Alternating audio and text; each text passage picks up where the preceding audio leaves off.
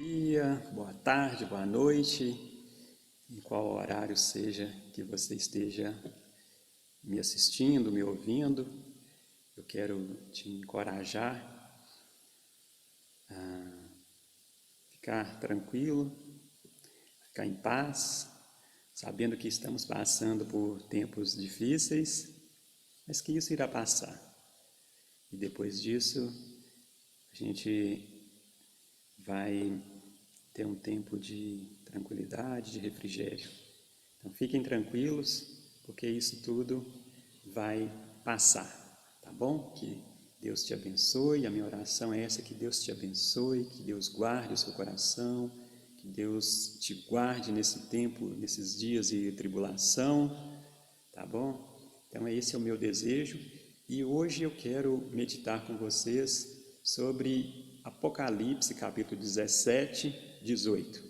Não vamos ler o capítulo todo aqui, mas eu quero te encorajar a fazer isso na sua casa, aí onde você está. Você leia Apocalipse 17 e 18, que vai falar a respeito de uma figura interessante, uma figura de uma mulher vestida com vestes bonitas, com vestes pomposas e montada numa besta, num monstro de chifres e cabeças. E essa figura exerce um fascínio sobre toda a terra, um domínio sobre toda a terra. E essa figura a gente pode ver e fazer uma comparação e identificar essa figura como esse governo humano, esse sistema, esse reino humano independente de Deus, esse sistema político, esse sistema econômico, esse sistema de organização social humana que tem no seu orgulho o fim de tudo e não em Deus, que não dá a honra, a glória, a importância para Deus, mas esse sistema ele está baseado no orgulho humano. Então essa figura a gente pode ver essa figura como esse sistema, esse governo, esse reino humano independente de Deus, alienado, afastado de Deus, que tira Deus de toda a história. Então esse capítulo 17 aqui de Apocalipse vai descrever a respeito desse sistema e como que isso maltrata as pessoas, porque esse é um sistema corrompido, é um sistema servindo aos propósitos do dragão, da antiga serpente, do diabo. Então, esse governo humano, esse sistema humano está corrompido pelo dragão e servindo aos propósitos do dragão de opressão. O governo foi feito para levar a justiça, a organização dos recursos, só que vem a corrupção, vem os desvios e o governo usa os governos do mundo, né, esse reino dos homens, ele usa esse sistema para se vangloriar, para se promover, para um monte de outras coisas, para o seu próprio orgulho. Então essa é a figura dessa mulher montada na besta, nos arremete a isso, a pensar nisso, nesse reino dos homens e toda a opressão que ele traz sobre as pessoas, sobre os seres humanos e principalmente sobre aqueles que são os filhos de Deus, que não se amodam aos padrões desse mundo, que são perseguidos de várias maneiras, em várias partes do mundo. Os filhos de Deus, a igreja, ela tem sofrido perseguição, uma perseguição velada, uma perseguição mais aberta mesmo, mas se não somos perseguidos fisicamente, somos perseguidos intelectualmente, somos perseguidos moralmente, somos pressionados a nos amoldarmos a esse sistema da besta, esse sistema da Babilônia. E com isso nós sofremos, por mais que nós vivemos em um lugar onde temos liberdade, nós sofremos perseguições por causa da nossa fé, por causa da nossa esperança, que não é nesse reino, nem nesse sistema, mas é no reino vindouro, no reino de Deus. Essa é a nossa esperança, e por isso nós estamos em conflito com esse sistema humano, com esse sistema da besta. Então nós estamos batendo de frente com esse sistema, e isso vai nos causar dores e às vezes perseguições. Só que no capítulo 18 aqui, o capítulo 17 vai descrever sobre essa figura, e no capítulo 18 vai mostrar o que vai acontecer com esse sistema, com essa Babilônia, com essa grande cidade, com essa figura dessa mulher.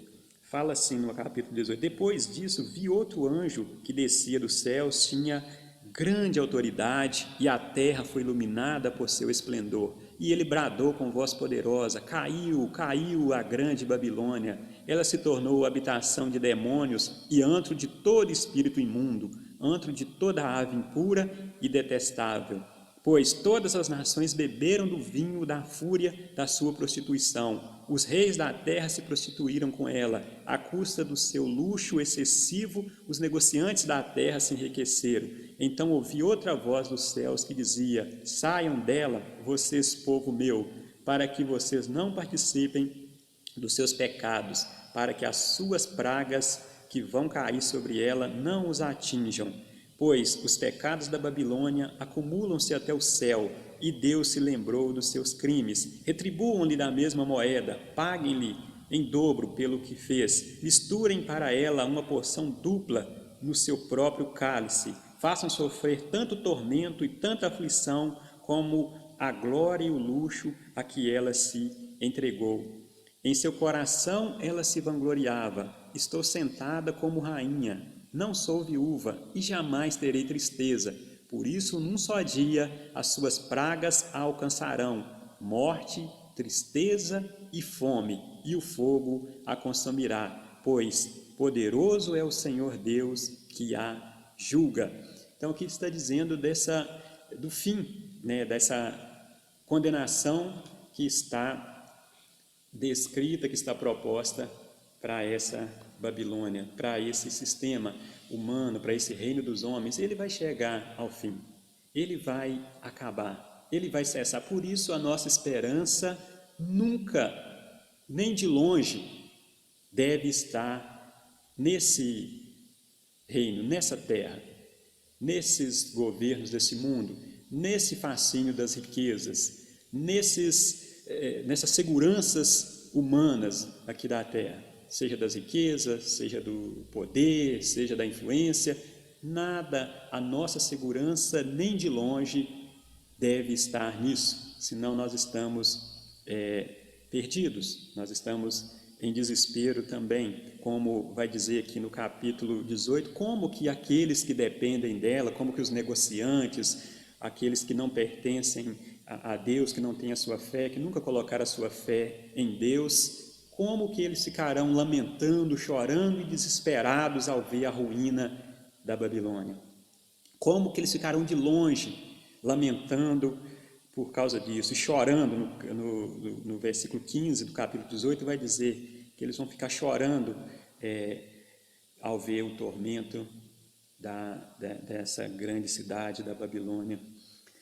E eles vão dizer: ai, a grande cidade vestida de linho fino, de roupas de púrpura e vestes vermelhas adornada de ouro, pedras preciosas e pérolas. Em apenas 1 hora, tamanha riqueza foi arruinada. Então, está dizendo a respeito disso.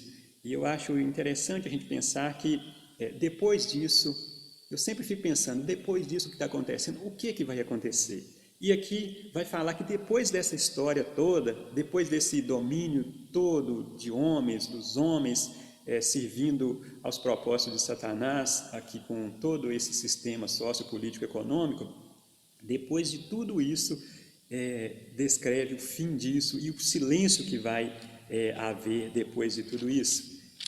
Aqui no versículo 22 do capítulo 18 fala assim: nunca mais se ouvirá em seu meio o som dos arpistas, dos músicos, dos flautistas e dos tocadores de trombeta. Nunca mais se achará dentro de seus muros artífice algum de qualquer profissão. Nunca mais se ouvirá em seu meio o ruído das pedras de moinho. Nunca mais brilhará dentro de seus muros a luz da candeia. Nunca mais se ouvirá ali a voz do noivo e da noiva. Seus mercadores eram os grandes do mundo. Todas as nações foram seduzidas por suas feitiçarias.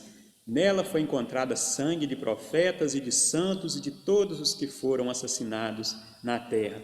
Então está dizendo que depois que passar isso, que vier aquele tormento sobre esse sistema, sobre essa grande cidade, sobre esse governo, sobre esse reino dos homens, fala que depois de tudo isso vai cessar todos esses barulhos, todas essas organizações, todo o barulho da indústria, de tudo isso, fala que tudo isso vai cessar, vai passar, e fala que o silêncio vai tomar conta de tudo isso.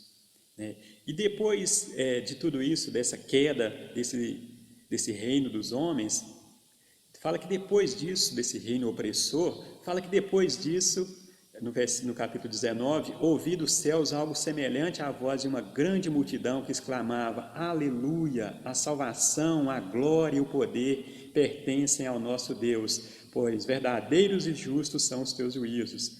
Ele condenou a grande prostituta que corrompia a terra com a sua prostituição. Ele cobrou dela o sangue dos seus servos. E mais uma vez a multidão exclamou: Aleluia! A fumaça que dela vem sobe para todo sempre. Então está dizendo como que vai acontecer depois da queda da Babilônia, da grande, da prostituta que corrompia toda a terra.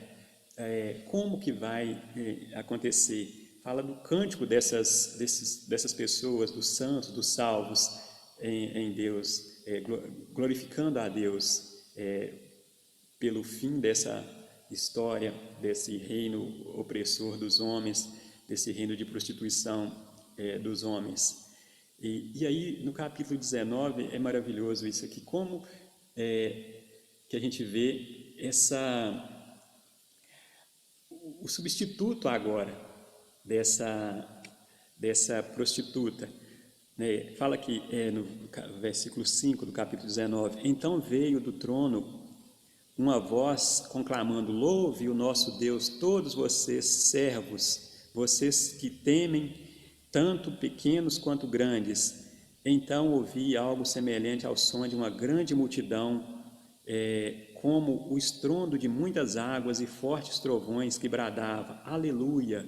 Pois reina o Senhor, o nosso Deus, o Todo-Poderoso. Então aí, depois disso, o Senhor ele vai reinar. E no versículo 7, 8, vai dizer: regozijemo-nos, vamos alegrar-nos e dar-lhe glória, pois chegou a hora do casamento do Cordeiro e a sua noiva já se aprontou. Para vestir-se foi-lhe dado linho fino, brilhante e puro. O linho fino são os atos justos dos santos. Então aqui a gente vê a substituta da prostituta pela noiva. Então agora o governo é de Deus e ele vai governar, ele vai reinar com os santos, com a sua igreja. E ela é chamada de a noiva. E ela é totalmente dependente dele, do Cordeiro, do seu noivo. Então podemos ficar tranquilos, sabendo que tudo irá passar.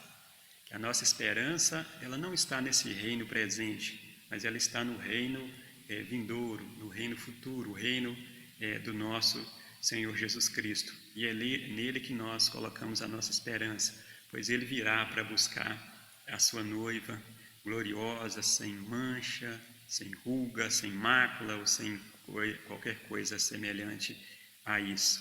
Então essa é a minha palavra, a palavra do Senhor, que eu gostaria de estar compartilhando com vocês nesse dia de hoje. Que o Senhor te abençoe, te fortaleça. A minha oração é que Ele conforte o seu coração, que Ele guarde o seu coração e fique firme, guarde a sua fé, sabendo que isso tudo irá passar. Tá bom? Então vamos nos alegrar com essas palavras de esperança, de salvação, sabendo que depois dessas coisas virão outras coisas melhores, virá o reino do Senhor. Então, quando a gente vê as coisas ficando cada vez piores, nós podemos levantar os nossos olhos e olhar e contemplar o nosso Senhor, o nosso Criador e o nosso Salvador, Jesus Cristo. Que o Senhor te abençoe, em nome de Jesus.